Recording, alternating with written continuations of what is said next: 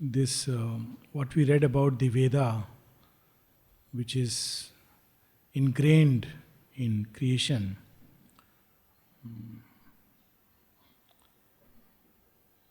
I was just reminded of 3 lines of Savitri. The skillful penman's finger wrote his swift, intuitive calligraphy. Earth's forms were made his divine documents. So I suppose this whole story of Brahma's 4 heads and Veda emerging from each one is essentially the story of creation. These are the truths, essential truths which have been released, and they have gone into creation like a blueprint along which creation should move. And to the discerning eye, to the aspiring mind, it still reveals itself. So it's a writing which can never be effaced, provided we look at things in that way. So we stopped at these lines. That day he had turned from his accustomed paths. So-called seeming chance events, which are actually God's random plan. Times, accidents, God's random plan. We have in mother's own life how her husband came to Pondicherry. It was actually, he may or may not have come. It was not really, it was really, if you look at it outwardly, a kind of chance event. Outwardly. Of course, there was a wisdom which was operating. Then after coming here, he shows interest in that. Is there a, I want to meet some yogi in India. Normally, if before coming he would have asked, I want to meet a yogi, if that was his quest, people would have sent him to Himalayas. But meeting yogi was secondary. He actually came to Pondicherry to campaign in the elections. And he may not have actually come.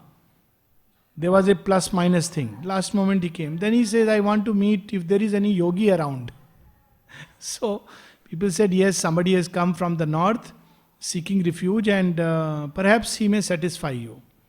That's how he met him and took Aurobindo, some pictures also he took, but they were of very poor quality. So on seeing them, mother was not convinced at that point of time. She had to actually come and meet him. In the agenda she says that when she saw those pictures, she says they were of very poor quality. A lot of those days we can understand. Because she had seen him in the vision.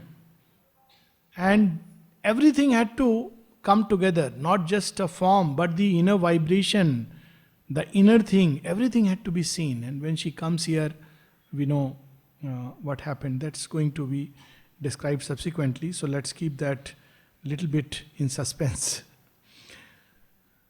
That day he had turned from his accustomed paths. For one who, knowing every moment's load, can move in all our studied or careless steps. So there is a wisdom which moves us. When we think that we have lost the way, who knows, we may be finding the way. So that's what we have been several times speaking about. Careless steps. Had laid the spell of destiny on his feet and drawn him to the forest flowering verge. I know at least quite a few people who have come like that towards Mother and Aurobindo. Careless steps, without really wanting to know about Mother and Aurobindo, they have strayed into a place. And then they saw a nice place, looks nice, and then they asked, or somebody's gaze suddenly falls upon Mother's symbol somewhere, and what is it? Oh, this is what I am looking for, and goes there. Otherwise, if that moment the sight had not fallen, destiny would have been different. So how there are constantly that wisdom works through so many ways that we cannot even comprehend. At first, her glance that took life's million shapes, impartially to people its treasure house, along with sky and flower and hill and star, dwelt rather on the bright harmonious scene. So first Savitri sees that scene and absorbs everything. It's so beautiful. She just sees that background and takes it inside. It saw the green gold of the slumberous sward, The grasses quivering with the slow wind's tread. The branches haunted by the wild bird's call. Awake to nature, vague as yet to life. So there is an occult commerce going on even in dumb nature, in material nature, which we don't understand, which the flowers, the birds, the bees, they understand very well. That's how they are drawn. It's like an intuition which takes the form of instinct. But to the seer eye, these things become clear. How mother would go and the vegetables would tell her, come, come, take me. Some would say, don't take me. So this is the knowledge which birds instinctively have. They know which ones to go, which one not to go. So there is a kind of transaction which is going on, and Savitri just feels that. The eager prisoner from the infinite, the immortal wrestler in its mortal house, its pride, power, passion of a striving God, it saw this image of veiled deity. So this too is the divine, but veiled by forms, appearances. And this is what infinite trying to express himself through form and name, through different colors, hues, scents. This thinking master creature of the earth, this last result of the beauty of the stars, but only saw, like fair and common forms, the artist spirit needs not for its work, and puts aside in memory shadowy rooms. So as she sees lot of images, and they are put aside into some subconscious memory. This is how we all look at things, lovely landscape, beautiful landscapes, and they all go inside and are simply treasured into the memory house. Of course, we also use cameras nowadays to preserve them, actually to forget them. So after the first pictures, they are very nice, and they are kept in albums or kept nowadays in computers, and they are forgotten. But there is a place where they are not forgotten. And the essence of that experience is never forgotten. So that experience is what the spirit takes through all these forms. A look, a turn decides our ill-poised fate. Fate that hangs in the balance of a yes and no. One look this way or that way could change things. Thus, in the hour that most concerned her all, wandering, unwarned by the slow surface mind, the heedless scout beneath her tenting lids admired indifferent beauty and cared not to wake her body spirit to its king. So she is just aimlessly just looking at, she least expected that I have not met the one destined face in so many great lineage of seers, kings, nor in the busy places, nor in the loud acts. She was not really expecting that here she is going to meet someone who is going to be her lover and king. And look at these marvelous lines. So might she have passed by on chance ignorant roads, missing the call of heaven, losing life's aim. So these lines are very powerful, because normally when we use the word life's aim and things, we always think of big things. Can a chance meeting between two individuals be actually the catalyst for a lifelong change in both? Could be a means of finding a greater aim. It's beyond human comprehension, least of all when we are cabined within certain ideas of sacred and profane, good and bad, divine and undivine. And here Sri Aurobindo has these lines that if she wouldn't have turned that way and seen Satyavan, normally one would say, oh, you have not read this book, you don't know life's aim. Like that story where in a boat, three priests were going along with, three priests from different religions going along with the boatman.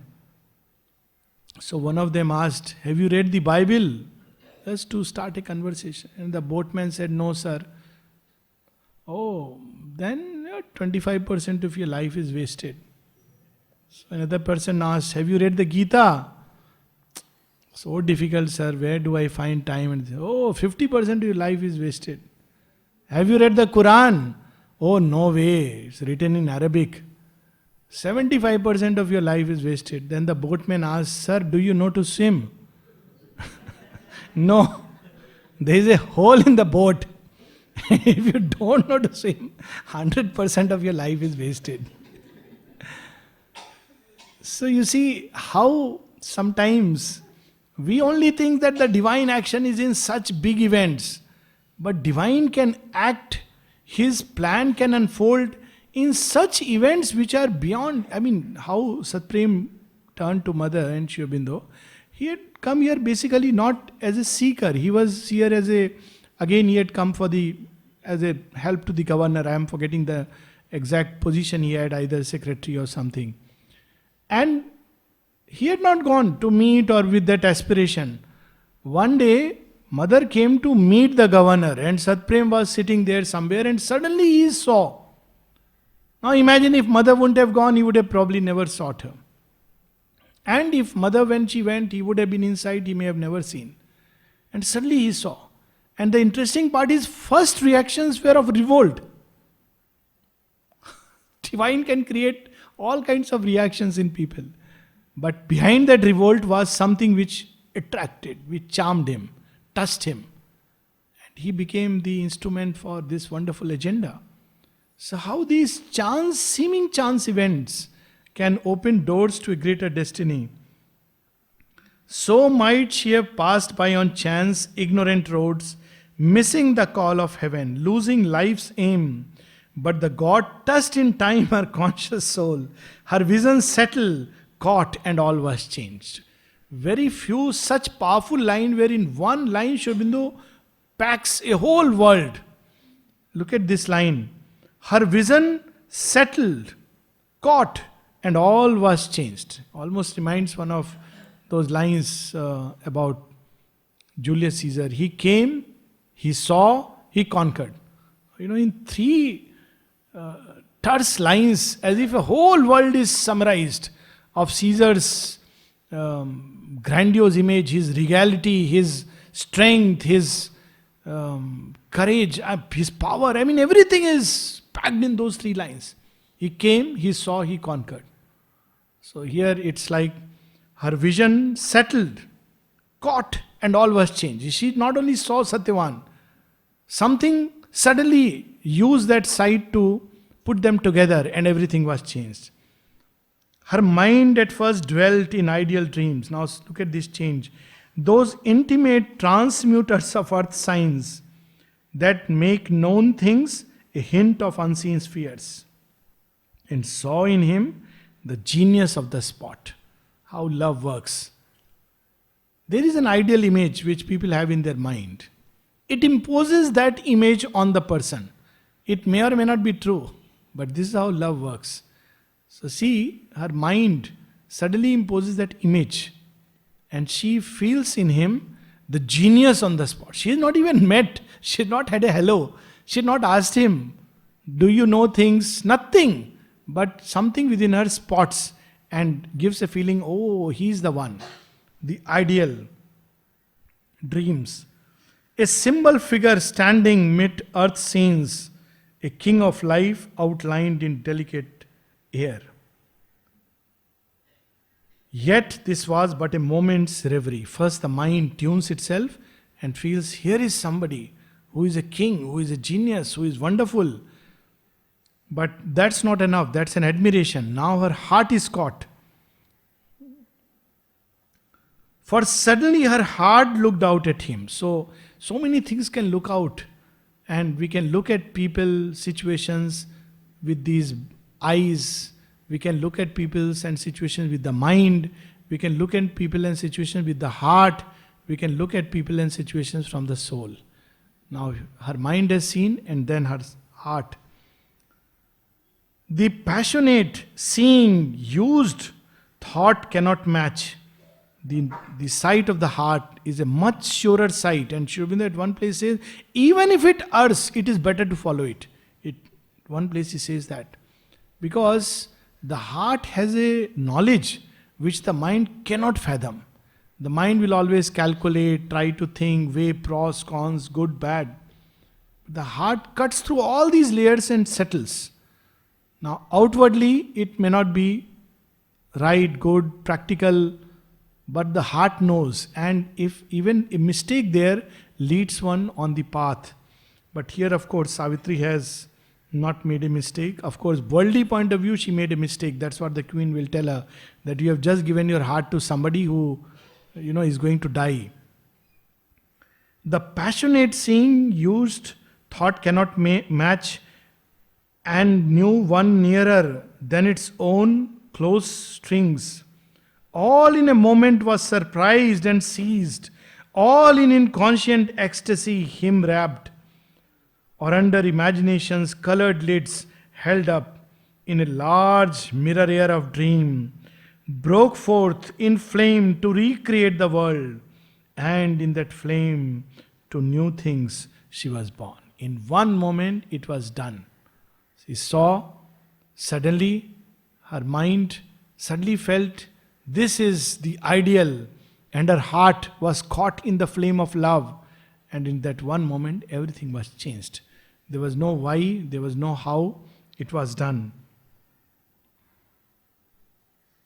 A mystic, then she experiences, after that vision, she experiences something fluttering within the heart.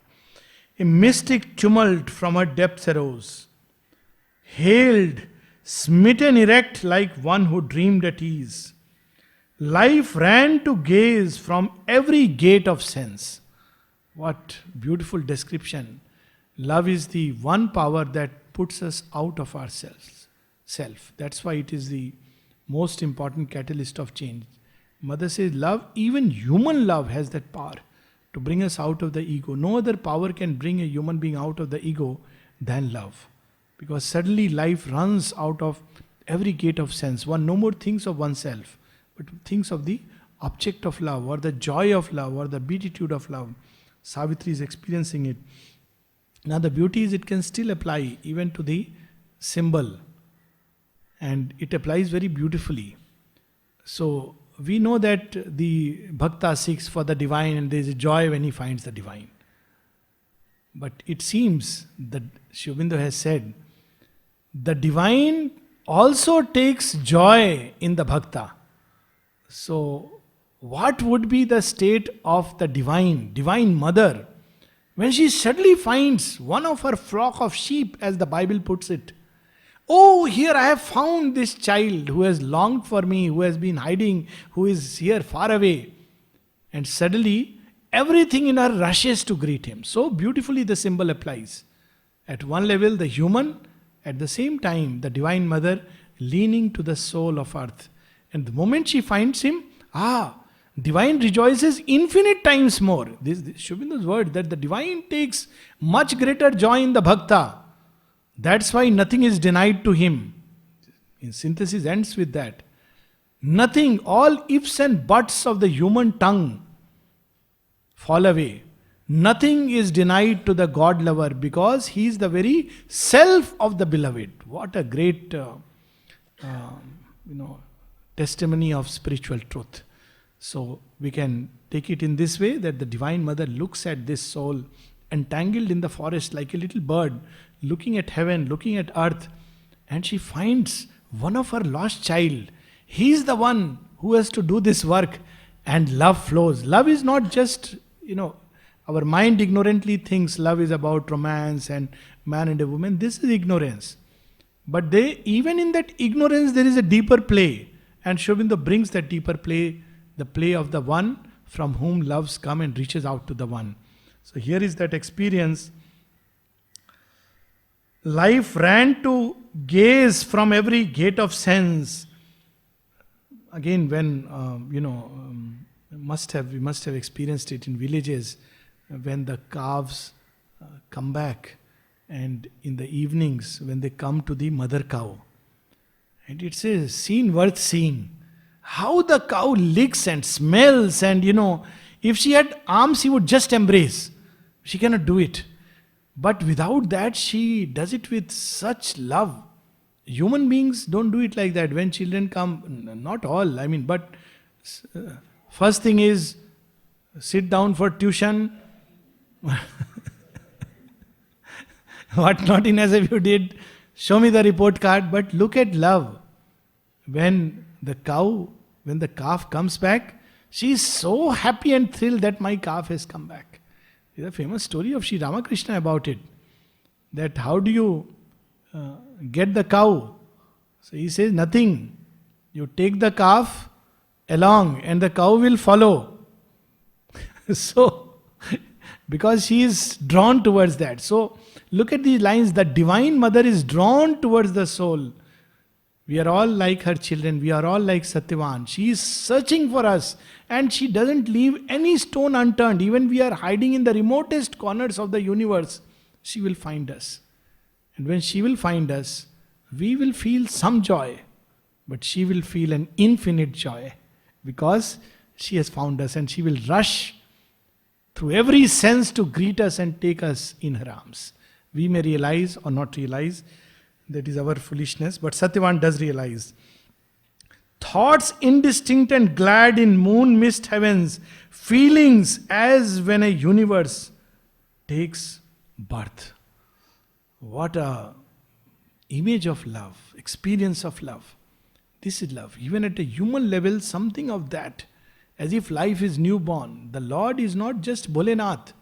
He is also Krishna, the all beautiful. He is two in one, Shiva and Krishna. So depending on which angle we can look at him. Look at this. Feelings as when a universe takes birth. So if you want to know what was the first experience of God when the universe was born, in the act of love one knows it. Of course, not just ordinary love. Swept through the turmoil of a bosom space, invaded by a swarm of golden gods, arising to a hymn of wonders, priests, her soul flung wide its doors to this new sun. So love brooks no barrier. It opens to all doors, greets from every sense, accepts unconditionally, without any ifs and buts and calculations. This highest love can be experienced only in the relation of the soul with the Divine Mother. At a human level, something of its reflected or distorted glimpse does come, because love is love, however distorted it is, because that is its origin. The mother spoke of love that's a beautiful message she gave after reading some lines of Savitri. Love is not sexual intercourse. Love is not the heart's hunger for affection. Love is a mighty vibration coming from the one and going to the one in another body and being. And only the very pure and strong can receive it and express it. So Savitri has that, so she can express it. Otherwise, there are so many reservations. Love is fine, but is it okay? Is it practical? Is it right? Is it fine? All ifs and buts the mind will bring. But the experience of love, when it comes in all its force, majesty and truth, is like a triumphal fire marching in the human night. It suddenly lights up everything with joy and beatitude. So here, that is the experience. Her soul flung wide its doors to this new sun. An alchemy worked, the transmutation came. The missioned face had wrought the master spell. So it was only a catalyst, and the spell was laid, the spell of love which can change everything. In the nameless light of two approaching eyes, a swift and fated turning of her days appeared and stressed to a gleam of unknown worlds. Then, trembling with the mystic shock, her heart moved in her breast and cried out like a bird who hears his mate upon a neighboring bough. So, like two birds, they call each other in the call of love.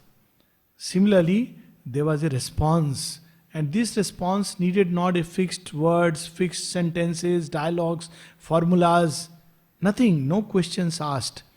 Suddenly, There was a total giving in that one moment. Right now is the Savitri's being shown, because women are the one who can love so completely. Sri Aurobindo, when he was asked about 29th March, when mother saw him, mother has of course recorded in a diary what she experienced. But when Sri Aurobindo was asked, what did you see? He says, for the first time I saw in her the complete surrender right down to the most material cells.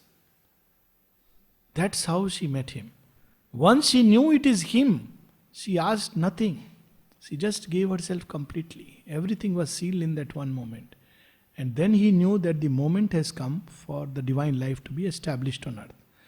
Now, outwardly we may look at it like, again, Savitri, Satyavan, oh, this is human. No, it is not human love. Human beings are being made instruments of a love which rarely takes place in human heart. And if that love is born, regardless of the outer circumstances, it has the power to change things. That's what is being revealed through these mystical experiences. Hooves trampling fast, wheels largely stumbling, ceased. The chariot stood like an arrested wind. Suddenly she stands, looking at that face coming out of the background.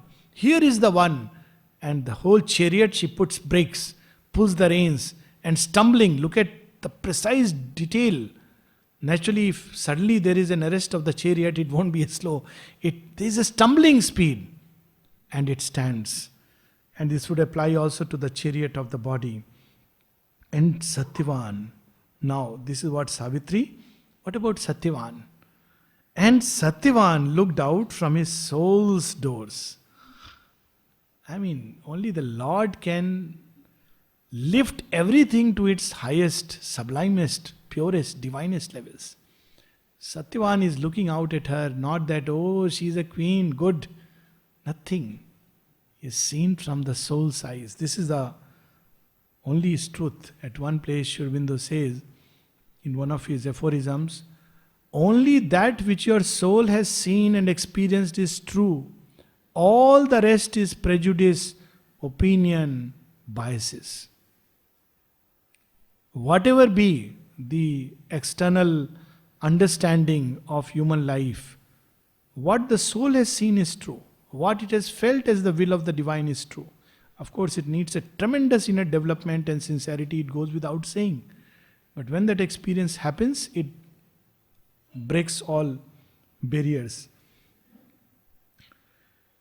And Satyavan looked out from his soul's doors and felt the enchantment of a liquid voice. He is not even, hearing what she is saying. She is going beyond words, sounds.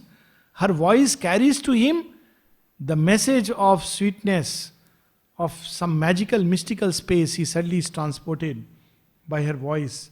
Fill his youth's purple ambience and endured the haunting miracle of a perfect face. So there is nothing like a perfect face, but love weaves a perfect face. That's the miracle of love. That's the magic of love. Only, unfortunately, it cannot endure. This is what Sri Aurobindo in one of his poems, of course, first he says in Synthesis of Yoga, love seeks for two things. Intensity of union and the eternity of union. It's very difficult. After the intensity, it fades away. And if it endures for eternity, the intensity fades away. It's like a burden, but it seeks for these two things. And even in human nature, it seeks these two things. That's how he says. And it's not possible unless it's possible only in the soul's experience of the divine. It's not possible otherwise. With the divine, it grows. That's the beauty of the divine love. There is an intensity which keeps building and becomes more and more closer, more and more intimate, because he is infinite. But when the love is only moving in finite realms, it's not possible unless one loves from that depth. And there is a poem of Sri Aurobindo, Immortal Love, where at a human level, it's possible to love from those soul depths. So he goes step by step. He says, oh woman, if I would have loved you only for your face and your lovely hair, my love would cease to be. Then he says, if I would have loved you for your voice and your carelessness and joyousness, maybe it will go a little further, but again, it is bound to cease. Or if I loved you for the beautiful qualities in your heart, your deliberate truth, the love in your heart, time might pursue, might reach. I may be able to go further, but still there is a possibility it may cease. But I have loved thee for myself indeed, and with myself have snared. I have not snared myself with somebody else. There is no somebody else. My own another aspect, I have betrothed to that, and with myself have snared. Time I exceed and am change I exceed and am for time prepared. So whatever may happen to your body, you may grow old, your voice, which is so beautiful now, may become hoarse with age, your qualities with dementia, all these things go into the background. But I will continue to love, because that's the spirit of love. A nice little story where a man used to visit his wife who was suffering from dementia. And every day he would go carrying breakfast, some lunch, looking after her for years on years. So the nurse once remarked, do you know that she doesn't recognize you at all? He said, yes, I know that. Then she wanted to clarify, you can send it with somebody. It doesn't matter to her. It makes no difference to her. You may go, somebody else may go. It's the same to her. Very practical advice. Because she doesn't recognize you. She doesn't know you anymore. So the reply of the old man is beautiful. He says, yes, but I know her and I recognize her. This is love. Nothing is coming back in return. And yet there is love. Even at human level, love can reach those heights. Amazing heights. Just because of the spiritual background. Because the soul stepping out. Okay, let me not. It's a favorite topic. But the Lord has put so much of beauty and joy in it. And suffered a dream. The haunting miracle of a perfect face, mastered by the honey of a strange flower mouth, drawn to soul spaces, opening round a brow, he turned to the vision like a sea to the moon, and suffered a dream of beauty and of change. How beautiful! Such a suffering is such a welcome suffering. This is the suffering of love. Suffered a change of beauty, such beauty that he cannot bear, cannot tolerate. That suffering, an ecstasy, which now he wants to express, but he has no means right now. The means are inadequate to express the ecstasy that he is experiencing, hence the suffering. So that suffering when you love and you cannot express love is an immense suffering. So here Satyavan is undergoing that change. And suffered a dream of beauty and of change, discovered the aureole round a mortal's head, adored a new divinity in things. He had never known this Godhead. He had known only God in the temple, God in this Devata, that Devi and Puja. All this he had known. The sun, the sky, the sea. But here is a mortal. And how he is experiencing that there is divinity in that. He wants to worship. It's a very beautiful... it's of course Shelley's famous line that I cannot give you what men call love. But what I can give you is the worship, distant worship of a moth to the star. And when Aurobindo was asked, he said, yes, it is, these lines describe the psychic love. This is the nature of psychic love. It worships. It doesn't stop. It doesn't calculate what am I getting in return. Doesn't matter. Nothing, but still it worships. That was what was shown in Indian thought as in the concept of sati. Because only women were capable.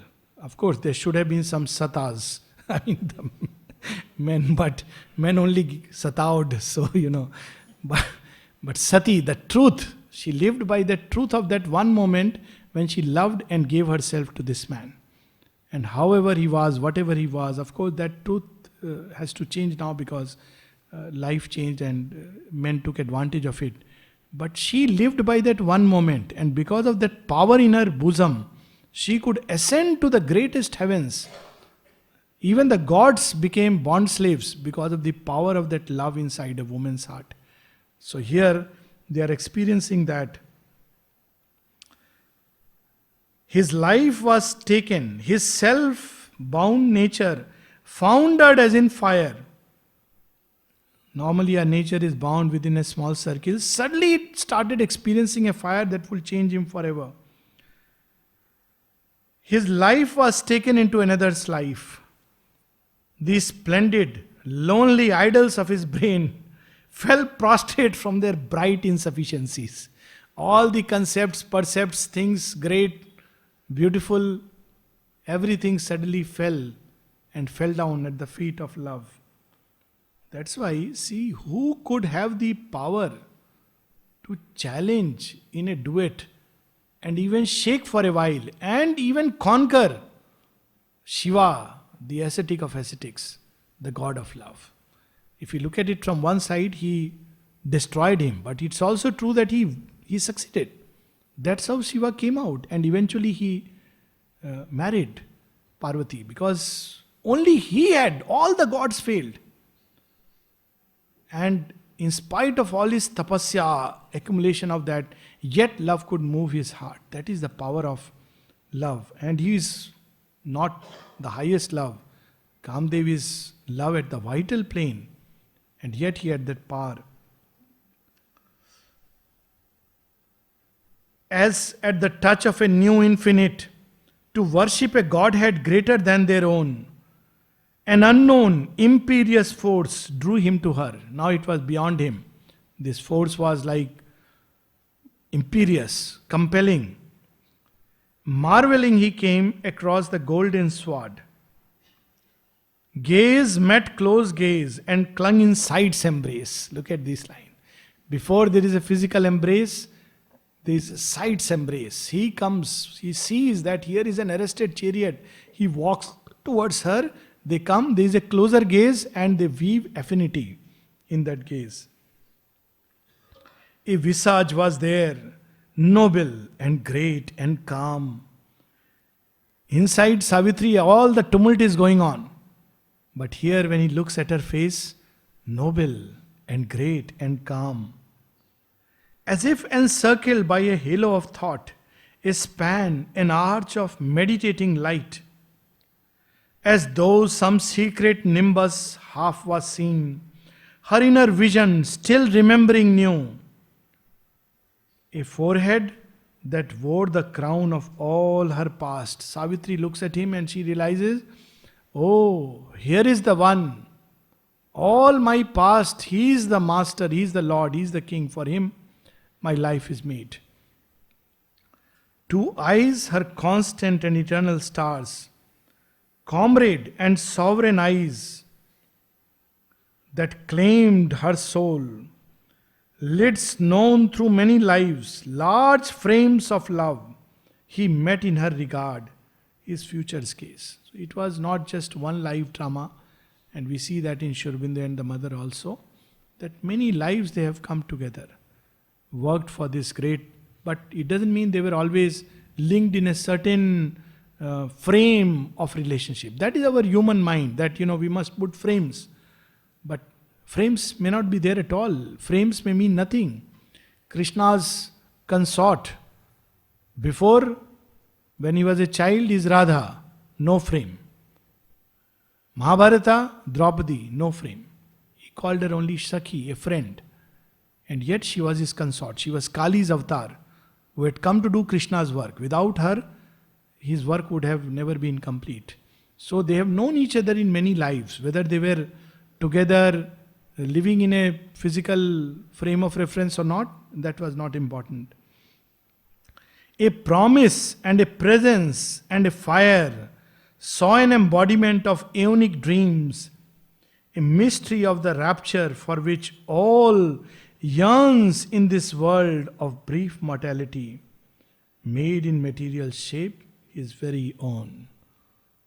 The world yearns for this one moment, one experience, one moment of true love. And for one moment, they both experience it in a material shape. That's why perhaps someone has said so beautifully, it is better to have loved and lost than not have loved at all. Because it doesn't matter, the loss is not important. The experience is important, because that experience is a nourisher of the soul. It's the greatest hope giver, joy giver to the soul.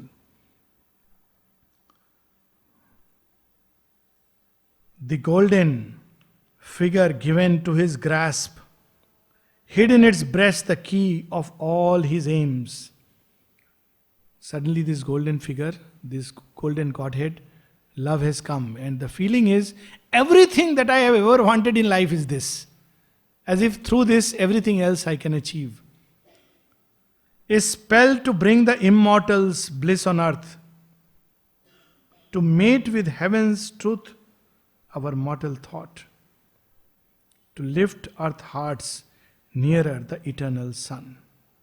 This is the magic of love. That's why it is such a great force. And when people try to stop it by a mental logic, it doesn't work. It has to find its own, within itself, its own recourse. When Sri Aurobindo and the mother advised this, advise the wrong word, reveal this, that people often, love, this is so bad, and logic, this is not practical. It doesn't work like that. Love is such a tremendous force.